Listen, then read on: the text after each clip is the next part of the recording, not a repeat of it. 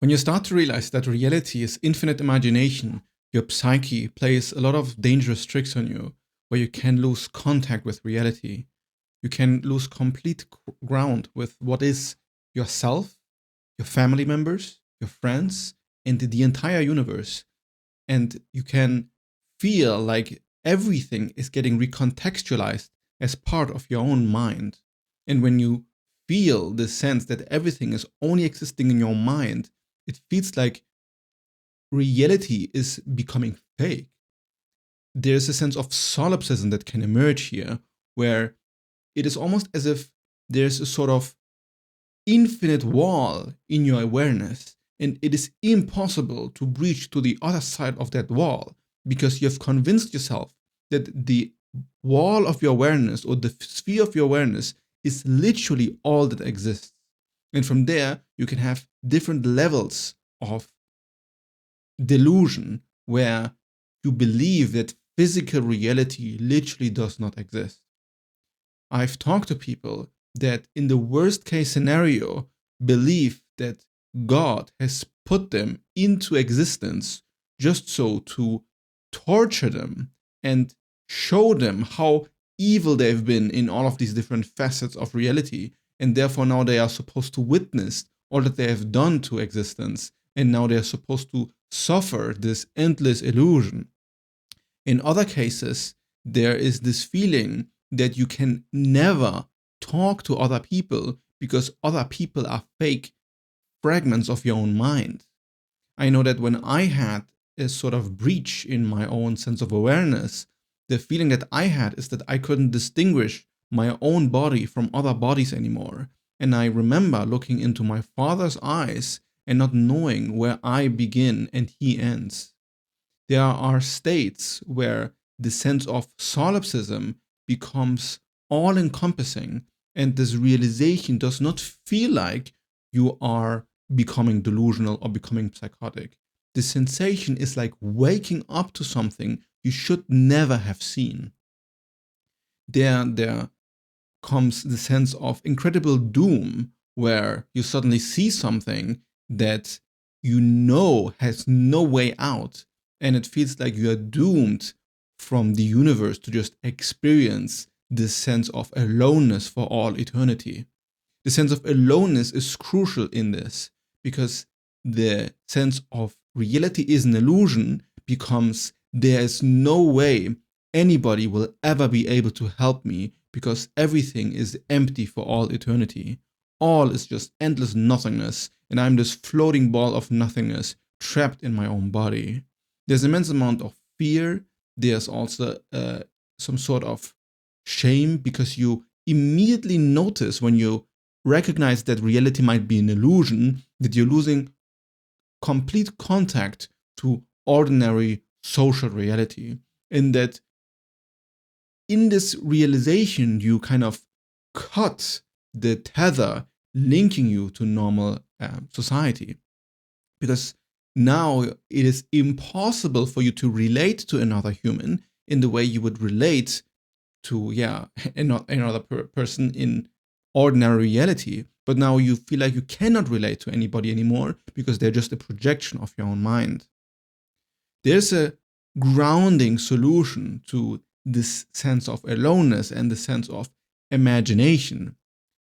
But one must admit and accept that there's a very grounding truth in this awareness. It is not just a delusion, depersonalization, and psychopathy. I would even go so far and say that within experiences of depersonalization or derealization, you are glimpsing the nature of actual reality. You're glimpsing awakening, but it's not complete.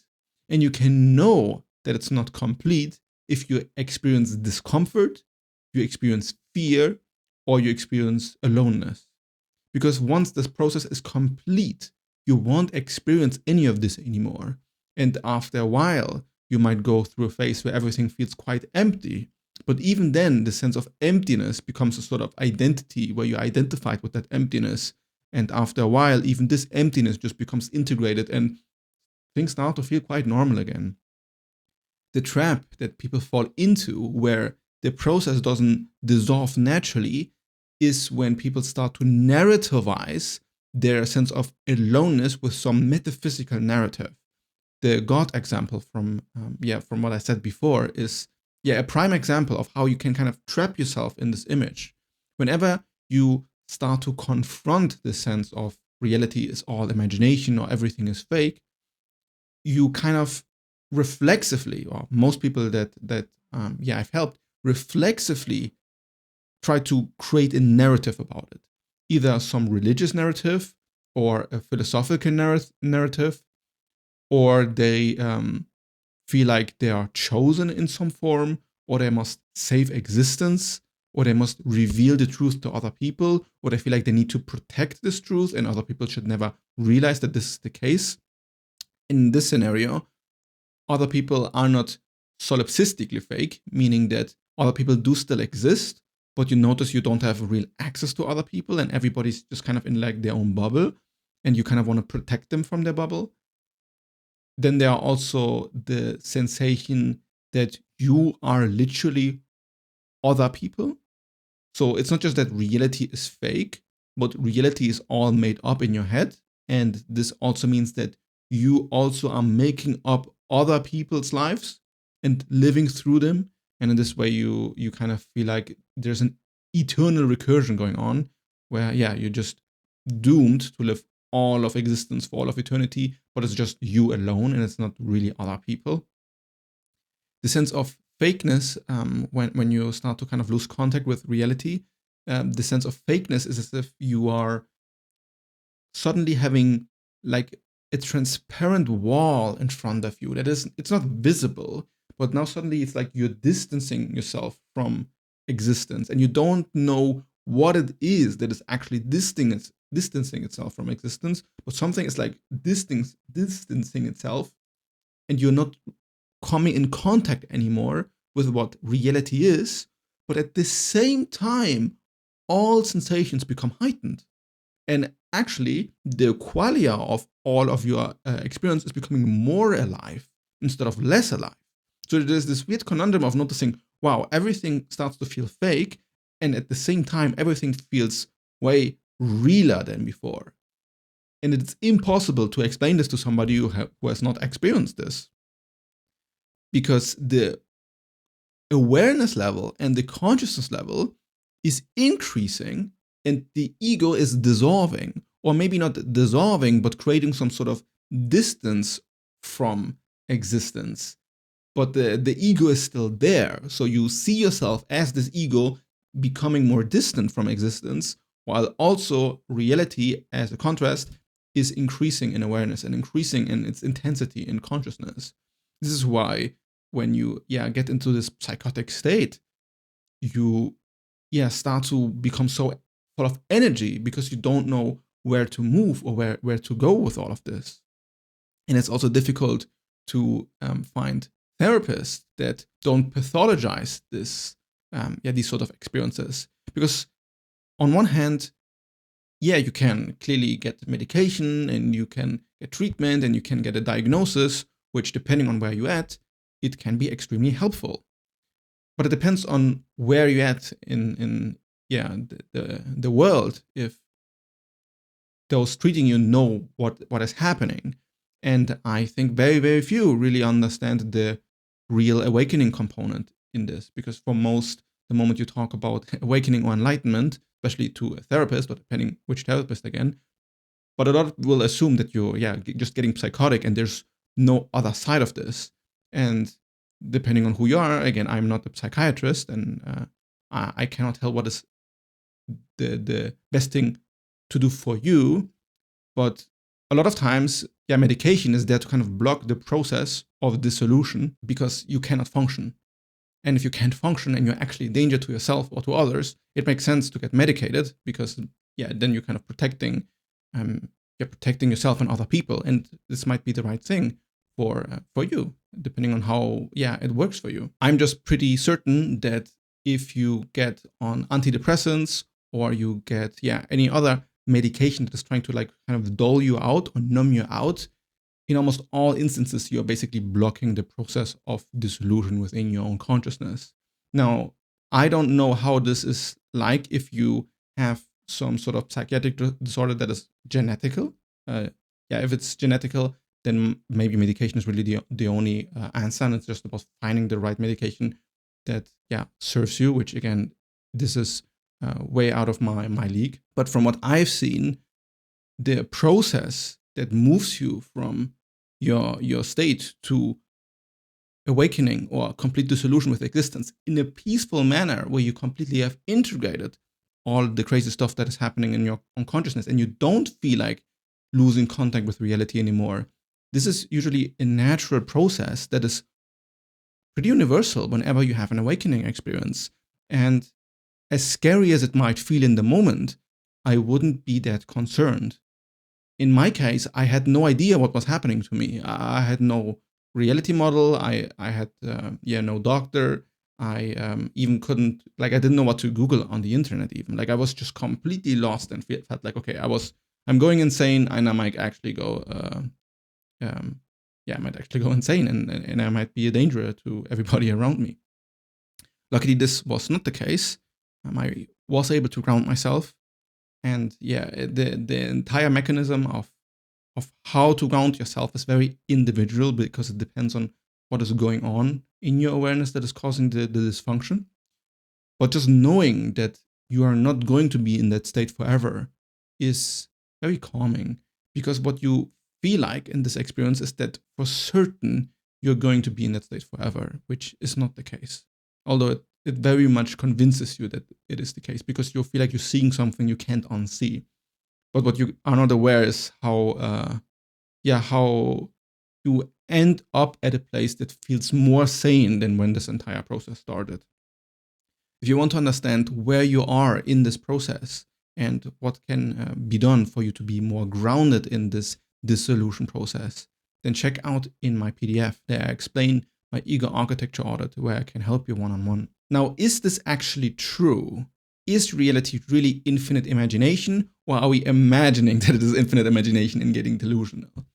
So now, depending on what state you're in, this might sound a bit scary, because this is the fear that kind of resists that reality is infinite imagination, and therefore you kind of contract and don't dissolve into awareness, and you feel like this sense of fakeness. But the fakeness isn't the problem. The problem is that you dislike the sense of fakeness, that there's a part of you that resists that things don't feel real anymore, which is completely natural, to be fair, right? The ego does not want to believe that it's fake. But it's not that reality is 100% actually fake. It's that, for the most part, it's the ego that is fake. And all of the narratives of the egoic mind don't exist. Ideas of meaning, ideas of purpose, ideas about some life story, about some life journey, even the spiritual path. The moment you realize reality is fake, these start to immediately feel like absolutely meaningless. And this sense of feeling that they are meaningless become also scary, because you kind of clung to these for comfort.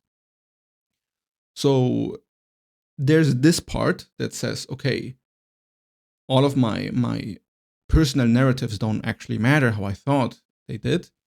This is on one layer. But on the deeper layer, it also feels like the case that other people are imagination, and your past actually didn't exist, or the physical existence doesn't actually exist. And once you acknowledge that the brain is a physical organism that literally does imagine up its own existence so that it can input data and protect itself from its own environment and therefore not die, you kind of have like a biological side to the story that isn't as esoteric. Because the brain is like a supercomputer rarefying its own existence. This doesn't mean that what it is rarefying has no real effect. Because even if you see consciousness or your own environment and you notice that it's all fake or all an illusion made up by the brain, it doesn't change the fact that for you it is as if it was real. So the perception of unreality and this feeling like, oh, everything is fake, or I'm distancing myself from actual reality, even this is its own reality model. So even in the sense of fakeness, you are constructing a worldview where everything is fake, which is still a real worldview you're constructing. If not, then you wouldn't know, like there would be nothing to talk about. It wouldn't matter. But since there is something to talk about, it is real in some sense. Now, the fear that this really is born out of is the sense that you are becoming disconnected from everybody. Like you're becoming disconnected from other people, and you cannot really feel them anymore, because now you noticed that you don't exist how you thought you did, but other people still believe that they exist how they thought they did. And now there's this distance you want to bridge that feels unbridgeable. And there, I must say, again, the negative qualia, the dissonance that this causes, is not permanent. It is just the resistance to the fact. But it is true that you never have access to other people's minds. You never have access to other people's consciousness. You never have access to anything outside of your own awareness. And this is something that must be integrated and accepted over time without building a giant narrative or metaphysical story about it. The difficult truth that this points to is that all of existence, in the way we experience existence as something sensed through our sense data and physical sensations, is like a collective dream, because all life forms on Earth construct a reality model within their own mind, and then through interactions we verify this reality model because we see the same thing. If I say that the wall is white and you say the wall is white, we live in an objective reality where the wall is white because literally everybody is agreeing. The moment you have 30% saying there is no wall, and then they walk through the wall, then suddenly things become weird, right? Now it's not objective anymore because, okay, how do we deal with this? From there also comes this idea that everything is subjective. So there's no one true reality, but everything is kind of subjective, and therefore nobody lives in the same reality and everybody lives in their own reality bubble, which nowadays, through the internet, gets exploited like hell. And there's an important truth here, right? Like everybody has their own subjective experience. But it doesn't change the fact that if we all can agree that there's a wall there and we can in fact not walk through the wall, that there is actually a wall there. And if we now call it a fake illusion made out of our perceptions, is irrelevant. It is as if it is real. And the same is true for the interactions you have with other people and relationships with other people. What you lose is the illusion that you could have real access to another person's mind. But what you gain is the reality that literally everything you perceive is exactly how you perceive it to be. You cannot awaken to reality or to truth if everything is actually fake. Because if everything is actually fake and reality is actually just a dream, then what are you awakening up for? There can only be an awakening if there's a reality on the other side to awaken towards. So you are awakening to the illusion of your mind, but you are also awakening to the actual reality that you are immersed in with. So you are entrenched in existence in the most foundational way possible. And here it gets a bit more esoteric or a bit more existential, if this video wasn't existential enough. But you also then come to realize, and this is where people get a lot of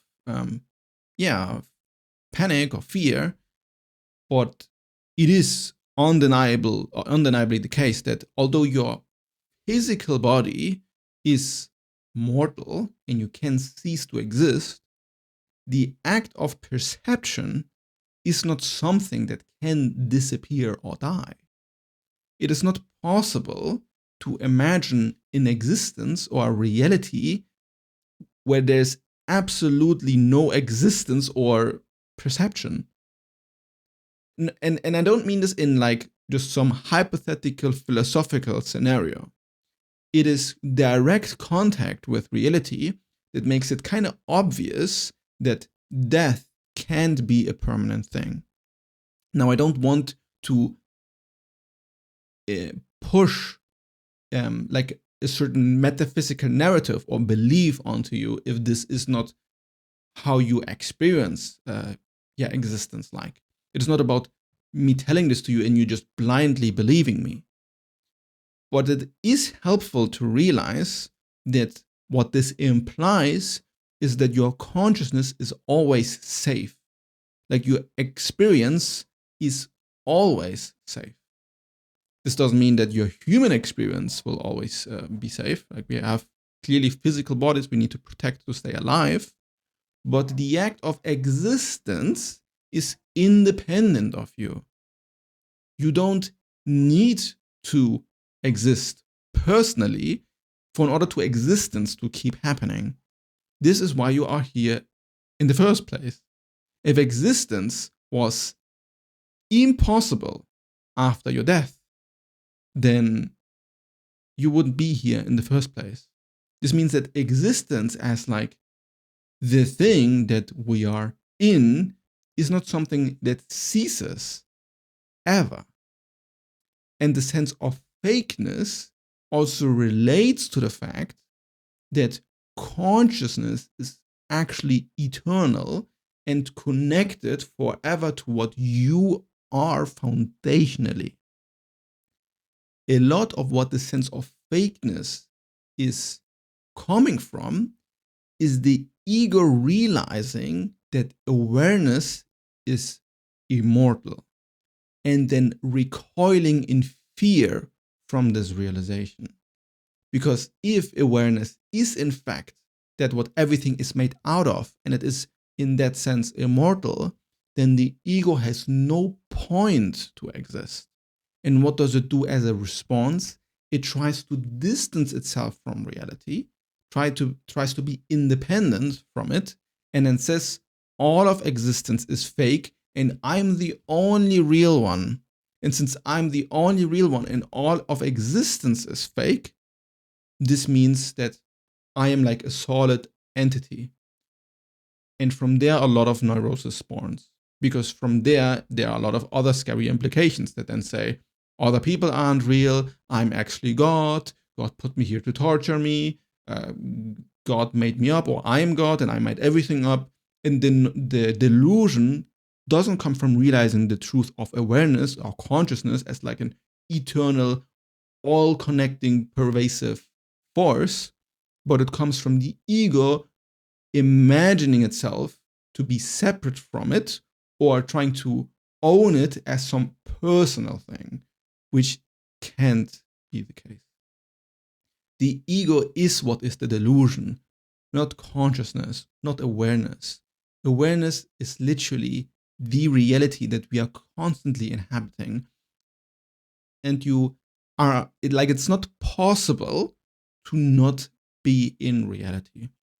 And this gets meta, right? Because where's the difference between illusion and reality? How can you exactly define where the difference lies? Because the classical example that I always give is the reality of dreams. Are you just dreaming or are dreams somewhat real? And it's easy to say, no, of course, it's just a dream. It must be an illusion. It's fake. It's just a dream. And that's how in spirituality also about your human life is talked about. And on one extreme, this is true. And then you die, and then maybe you wake up to some other existence or other reality, or to, black nothingness as another form of existence, whatever. But if you are in a dream, you are dreaming. And the fact that you are dreaming gives the dream a sort of reality.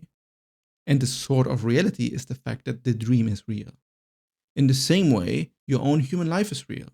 And you won't escape it. Your own conscious experience matters. And that's why you're so connected to it and so attached to it. And that's completely okay.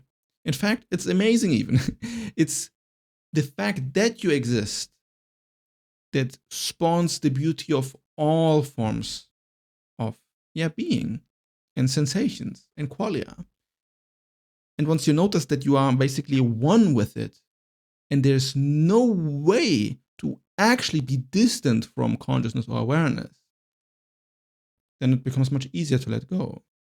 And it becomes much easier to merge with what is happening instead of trying to distance yourself from it or building some narrative of disconnection. Because ultimately, everything is intimately interconnected. And the extent to which you are intimately interconnected with everything is where the amazement of spirituality actually begins. The beauty is in the interconnections of things. Once you lose the ego self that wants to be separate from things and you let go into awareness, now you can see how many connections exist in reality. Atoms binding with each other, creating water, creating metal, creating technology, creating humans, creating speech, creating music, creating the sun. Like there's an endless amount of reality. And when you notice how intricate and complex and intelligent these connections are, to just go and say, it's all fake, it's all made up by my mind, becomes the real delusion. Share your experience with this in the comments. It helps others to know that they are not alone in this. And if you need one-on-one direct help, you know where to find it.